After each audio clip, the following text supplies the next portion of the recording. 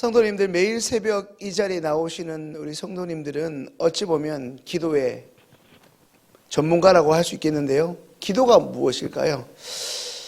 기도가 얼마만큼 중요하다고 생각하십니까? 이제 돌아오는 주일이면 12월 첫째 주일에 4월달에서 5월달 우리 시흥교회 성도님들을 통해 하나님이 세우신 귀한 남종과 여종을 세우는 임직식이 있습니다. 임직식을 앞두고 어쩌면 공식적으로 마지막 훈련이자 교육 시간을 어제 오후 예배 후에 담임 목사님이 인도하셨는데요. 바로 중보기도, 더 정확하게는 대표기도에 관한 내용이었습니다. 성도님들, 이번 주가 이제 되겠습니다. 이번 주에 세워질 35명의 주의 종들을 위한 훈련이자 교육 가운데 이 기도 훈련을 하는 이유가 무엇이겠습니까?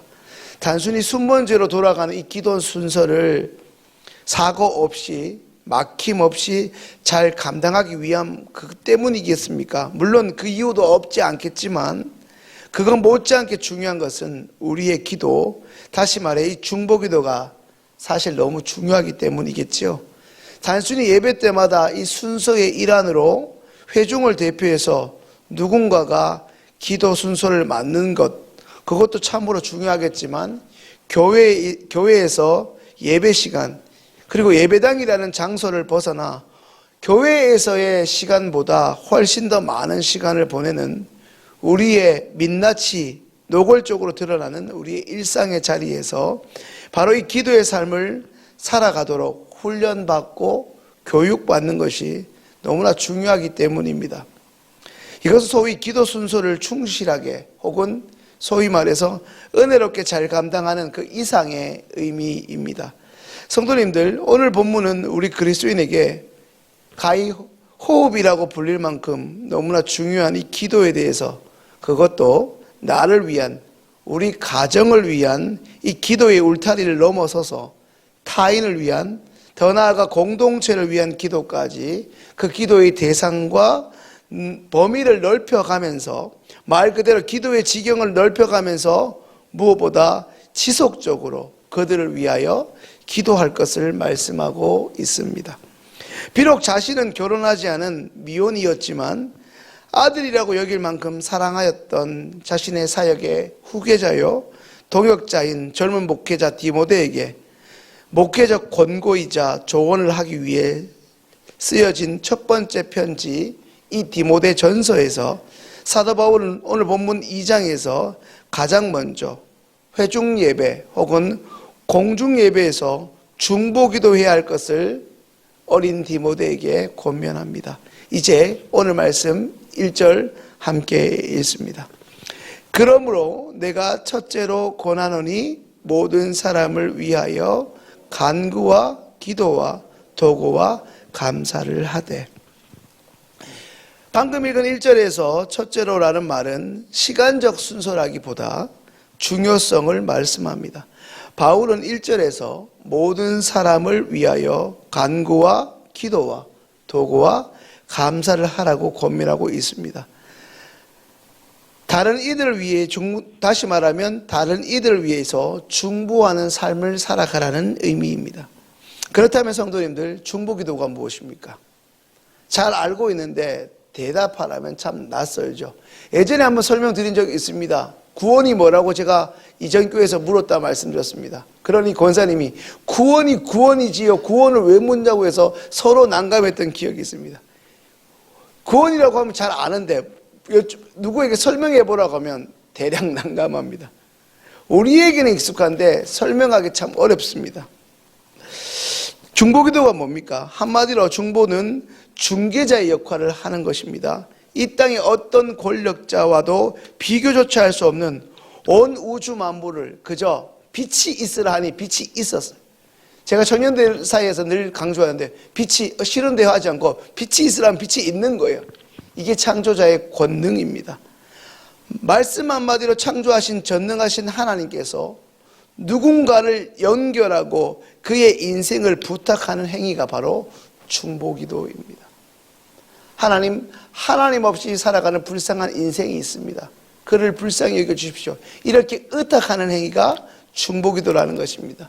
이처럼 중보기도는 너무나 중요하기에 이것을 해보지 않은 사람은 모릅니다. 그러니까 귀찮게 여기거나 하찮게 여기는 것입니다. 그러나 이 새벽에 나온 우리는 결코 이 중보기도를 하찮거나 귀찮게 여기지 않습니다. 2절 말씀 함께 읽습니다. 임금들과 높은 지위에 있는 모든 사람을 위하여 하라.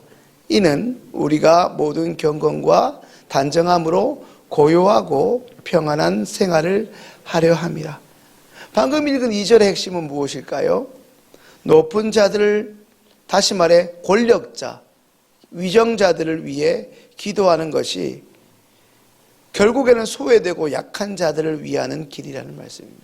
이게 무슨 말일까요? 성도님들 결코 오해하지 말 것은 상대적으로 오늘 여기는 안 계신 것 같은데 저와 같은 좀 젊은 사람들은 이 구조를 오해할 수 있을 것 같습니다.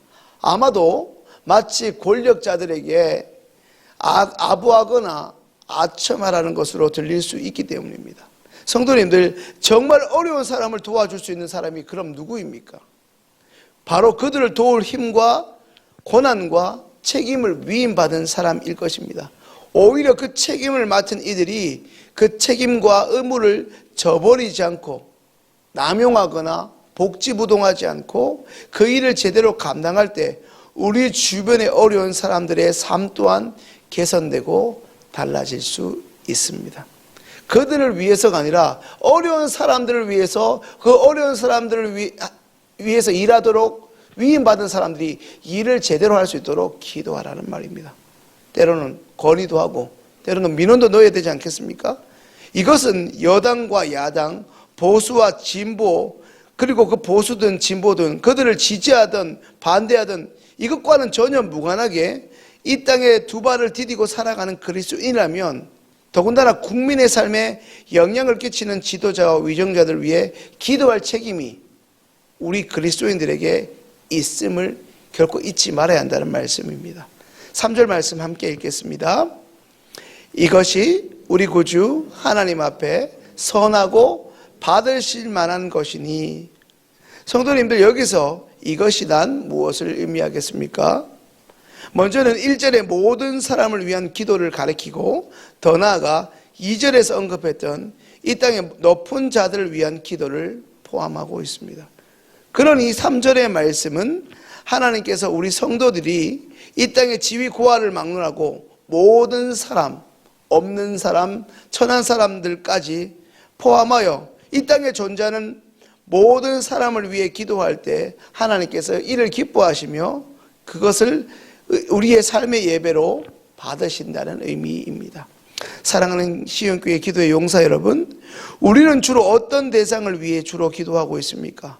늘 헐벗고 힘들고 어려운 우리의 이웃을 위해 기도하고 있지는 않습니까? 하셔야 합니다. 동시에 우리는 늘 높은 곳만 바라본 채 기도하고 있는지를 돌아봐야 합니다. 오히려 어떤 분들은 내가 좋은 자리, 높은 자리를 거기에 올라가려고 그쪽 사람들만 바라보고 기도할 때가 있고, 오히려 연약하고 짓밟히고 인권으로 유린당한 사람들은 때로는 우리가 잊어버리기 쉽습니다. 반대로 내가 없이 사니, 내가 상대적으로 어렵게 사니 그쪽 사람들만 기도할 때가 있다는 것입니다. 둘 다 우리가 잊지 말고 기도해야 하는 대상들입니다.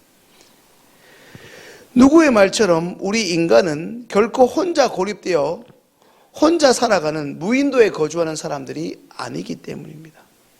내가 청소하는 것은 아니지만 낙엽을 쓰는 저 환경미화원들이 없으면, 하루라도 그들이 청소하지 않으면 거리가 얼마나 더러운지 모릅니다. 우리가 청소하는 것은 아니지만 누군가의 섬김으로 이 땅이 깨끗한 것처럼 말입니다. 결코 우리는 이 땅에 혼자 존재할 수 없고 오히려 우리는 서로 연결된 채 살아가는 존재입니다. 이미 이 땅에는 가난한 사람, 비교적 물질적으로 조금 상대적으로 여유로운 사람들이 함께 어우러져 살아가고 있습니다. 성도님들, 이제 우리의 기도의 울타리를, 우리의 기도의 지경을 이전보다 확대하고 넓혀야 합니다. 오랫동안 시흥교회에서 신앙생활했던 가까운 이들의 그런 어려운 사정만을 위해서 기도할 것이 아니라 더 나아가서 나랑 전혀 무관한 지난주에 새로 우리 시흥교회 등록한 새 가족까지 기도할 수 있는 기도의 품이 넓혀져야 할 것입니다. 교회 공동체가 잘 되어야 내가 잘 되는 것입니다. 우리 금천구가 잘 되어야 금천구에 속한 우리 교회가 잘 되는 것입니다. 그런 인식 속에, 그런 연대 속에 우리가 살아가는 것입니다. 결코 인간은, 하나님이 만드신 사회적 동물인 인간은 홀로 이 땅에 존재할 수 없습니다. 이제 4절 말씀 함께 읽습니다. 하나님은 모든 사람이 구원을 받으며 진리를 아는 데에 이르기를 원하시느니라. 아멘. 하나님은 모든 사람이 구원을 받으며 진리를 아는 데 이르기를 원하시느니라. 아멘이십니까? 나랑 가까운 사람, 내가 잘 되기를 바라는 사람, 나에게 좀 도움 주었던 사람만이 아니라 정말 눈에 가시 같은 존재, 나에게 너무 힘겹게 하는 그 사람조차도 하나님이 구원받기를, 그리고 그가 하나님이 어떤 분이신지를 써놓은 이 성경을 통한 진리를 아는데 이르기를 원하신다는 것입니다. 우리가 힘겨워하는 그 사람이 어쩌면 하나님이 누구보다 사랑하는 사람일 수 있다는 것입니다. 사도 바울은 성도들이 모든 사람을 위해 기도해야 하는 이유를 바로 하나님이 모든 사람으로 하여금 구원받기를 원하시기 때문이라 오늘 본문을 통해 강조합니다. 이제 말씀을 정리합니다. 성도님들, 하나님의 사랑과 은혜는 모든 사람들에게 열려져 있습니다. 하지만 그 초대를 거절하고 아무것도 아닌 양 내팽개치는 사람에게는 구원이 아무런 소용이 없겠지만 말입니다. 우리는 누가 구원을 받을 것인지, 그 구원에서 제외될 것인지 결코 알 수 없는 연약하고 미약한 피조물일 따름입니다. 그러니 우리는 주어진 우리 주변의 모든 사람을 위하여 기도할 수밖에 없습니다. 오늘 우리가 포기하지 않고 기도하는 그 누군가로 인해 하나님이 어떻게 구원 계획을 이루어 가시고 그로 인하여 그 사람을 사용하셔서 어떻게 세상을 바꾸어 가실지 알 수 없습니다.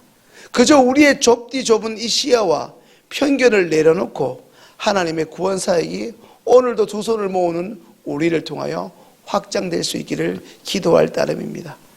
오늘부터 우리의 기도가 새로워질 수 있기를 소망합니다. 소위 우리의 기도의 그릇이 커지고 우리의 기도의 울타리가 우리의 가정을 넘어설 수 있는 그런 은혜가 있기를 소망합니다. 그로 인하여 어제보다 단 한 사람이라도 더 주님의 마음으로 품을 수 있는, 소위 속사람이 더 강건해지는 오늘 온라인과 오프라인으로 함께 예배드리는 시흥교회 모든 성도님들 되실 수 있기를 주님의 이름으로 축원합니다. 이제 오늘 주신 말씀 붙들고 기도하겠습니다.